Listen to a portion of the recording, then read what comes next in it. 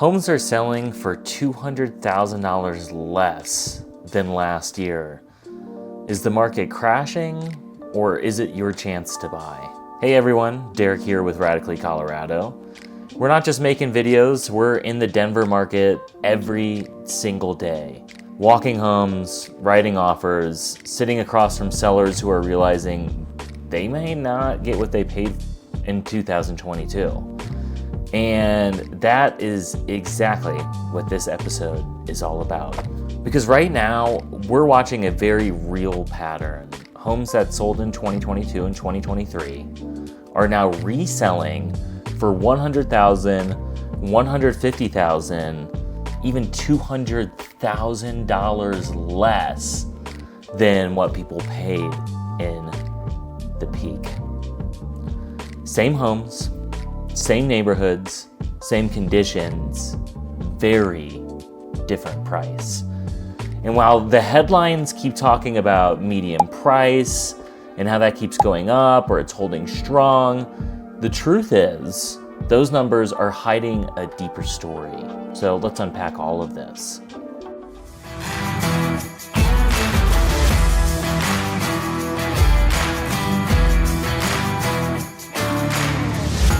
An 18.7% decrease. It took a loss of $150,000 at 9.3%, loss of 9.4% at $125,000, 14% loss in a year. Okay, so we pulled together a case study of 6 or 7 different properties here, and each reflecting a different area in the market. So caveat, we are talking Denver market right now, but this is probably something that we're seeing in other markets. If you're in another market and this is happening in your area, please leave a comment below. But we work in Denver, my company is Symbio Homes, and we pulled specific examples for this area that cover a lot of the jurisdiction of real estate and different price points, etc. So let's look at a few specific homes here. The first one that we're going to look at is in North Capitol Hill. It's a condo. Right now, we're starting with condos because we've noticed this market has been hit the hardest. Well, why is that? It's because buyer demand shifted to wanting generally more space, a yard, etc. during COVID, having that open air, not being in a congested urban environment. All of these things played into condo demand not really being there enough. Especially as we get into higher interest rates, you combine that with an HOA and a really high payment, you're not getting much for what you're paying. So the condo market gets hit the absolute hardest in Denver.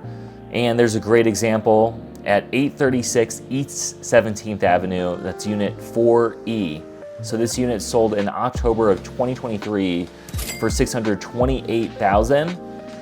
It sold again in January of 2025 for $510,800, which is a loss of $117,200, an 18.7% decrease. And this is happening more across the condo board than it is anywhere. The rest of our examples that we're gonna get in are different neighborhoods, but all single family homes. So this isn't a correction that's necessarily limited to the condo class of inventory. It's spanning multiple places in real estate right now. And I know a lot of you are shaking, maybe you bought in 2022 and you think that I'm saying the whole market has gone down. That's not what I'm saying. I'm saying there are select cases where people overspent in 2022 at the height of the market. Okay, so before I get into example number 2, let's put this all into context. Because I think a lot of people are freaking out. They think this is a 2008. It's not. It's very different, but there is some price slippage in certain circumstances. And that's because in 2022 and 2023, we're coming off of 2 and 3% interest rates.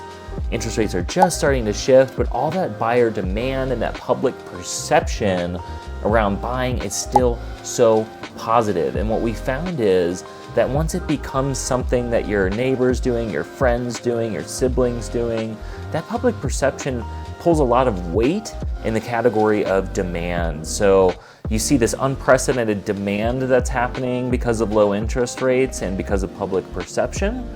And at the same time, you see an absolute lack of supply happening. Things congest a little bit. For demand, that means things explode. So during this time, it was a time of bidding wars where you're bidding $100,000, $200,000 over list price. You're giving away all of your contingencies. You're not getting an inspection. You're not getting an appraisal. All of this is happening in 2022, 2023. So what we're making an argument for here is that some people, not all people, overpaid.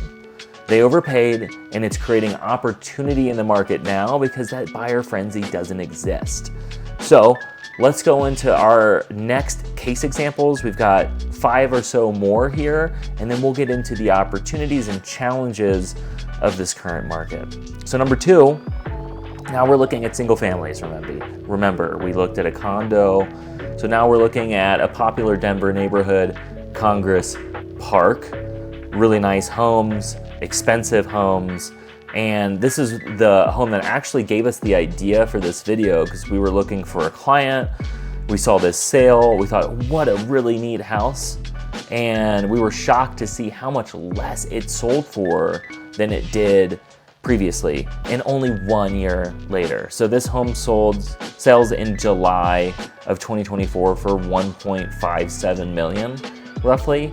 And then come January 2025, 6 or 7 months later, it sells for $1.28 million, an 18.7% decrease of $295,000. So maybe there was some motivation there, but that's certainly a heavy decrease from 24 to 25 for this particular home.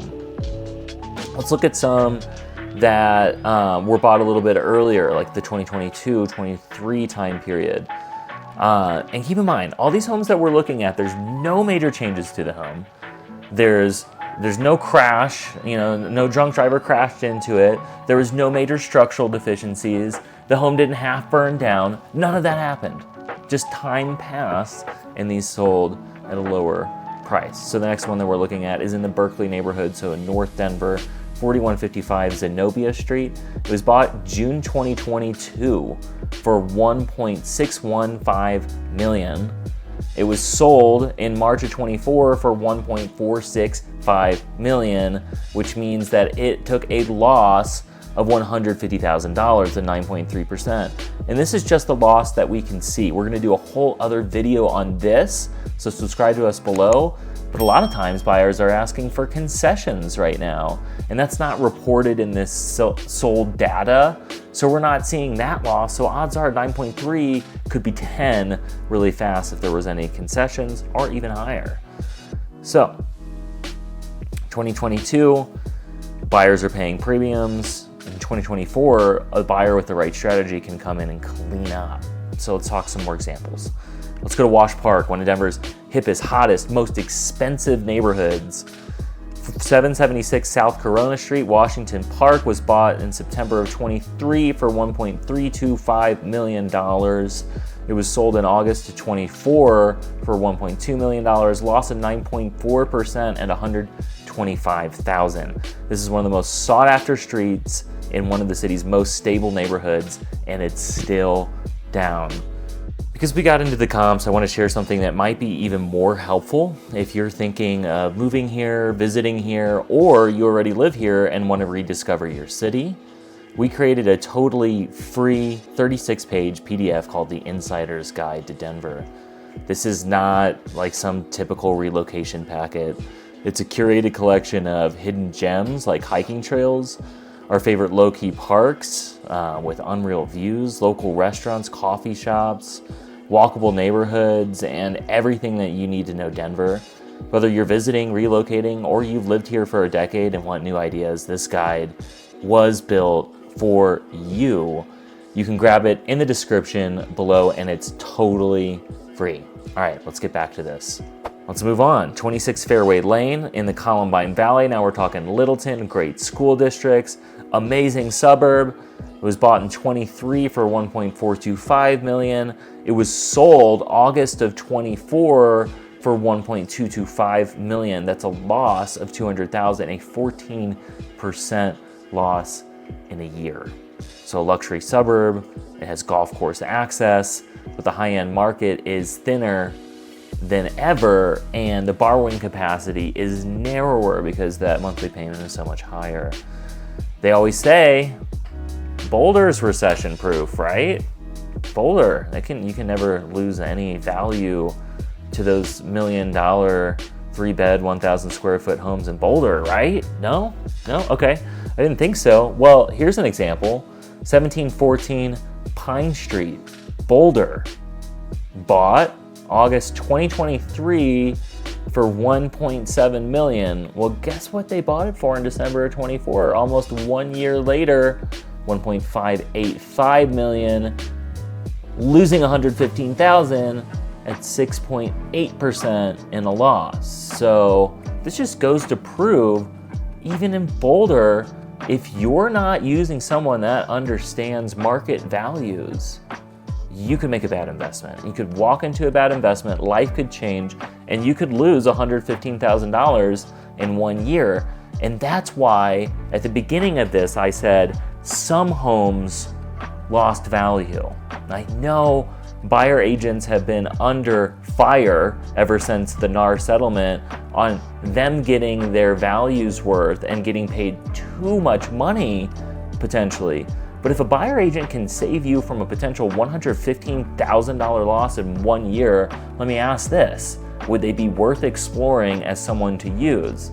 I'm not saying use your relative who sells one home every 2 years. What I'm saying is you have to think of this like you're thinking about any other large investment. Having someone that understands the market is valuable if they can make you more money than they cost you. And that's exactly what we offer at Symbio. And that's why I think as we look at these examples, it becomes very clear.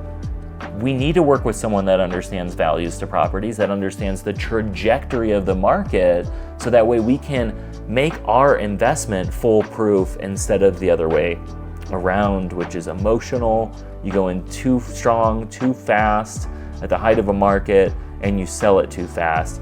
At Symbio, we want to put together an actual investment strategy for you, because you don't want to be number 7 on our list, which is in Candelas. It's a nice neighborhood. Some people say it's radioactive because it's where the Rocky Flats were, but it's beautiful. Got a great view of the foothills right there going into Coal Creek Canyon. Tons of amenities are over there, and some really nice homes. So 18212 West 95th Place in Arvada is an example of a home that was bought March of 23 for $1.35 million. And then it was bought again May of 2025 for $1.25 million, making a projected loss of $100,000. This home is still active. So if you're looking for opportunities out there, like I was saying, there are so many right now. It's insane. It's one of the best markets that I've seen for buyers, and that's because of these opportunities that are out there. And not only are we going to get some advantage on price, we're going to get some advantage as we get into the negotiation as well. So we're going to talk a little bit about that. This isn't 2008. I want to repeat that again for all of you that clicked on this video because you thought I was going to get on here and tell you about how the big crash is coming. This is not 2008, but it's also not 2021, and that's good. We don't want either one of those time periods. 2008, housing recession.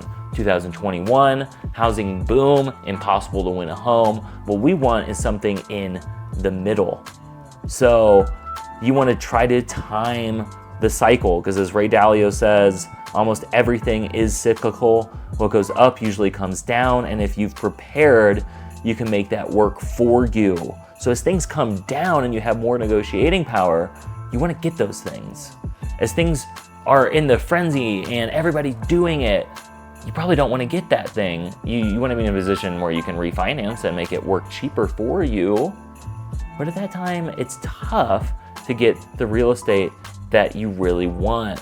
And today, you've got time, you've got options, you've got negotiating power, and with the right agent identifying the right opportunities, you can win a really good deal.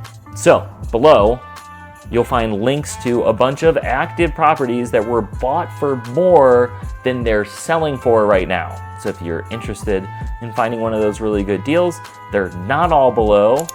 Make sure to go to our website and subscribe, or scan our QR code and book a video with us, because we can talk about all of this. This is what I love to talk about. The conclusion here is that 2022 was chaos, and 2025 to me is that middle ground clarity. It's not a recession. We're not nearly at the level of inventory needed. It's not 2022 where it's just chaos and you're bidding against people. We have enough inventory in a stable enough market to have negotiating power and go out and buy a house. If you're interested in learning more about this, make sure to subscribe to our channel, where we decode the market all the time.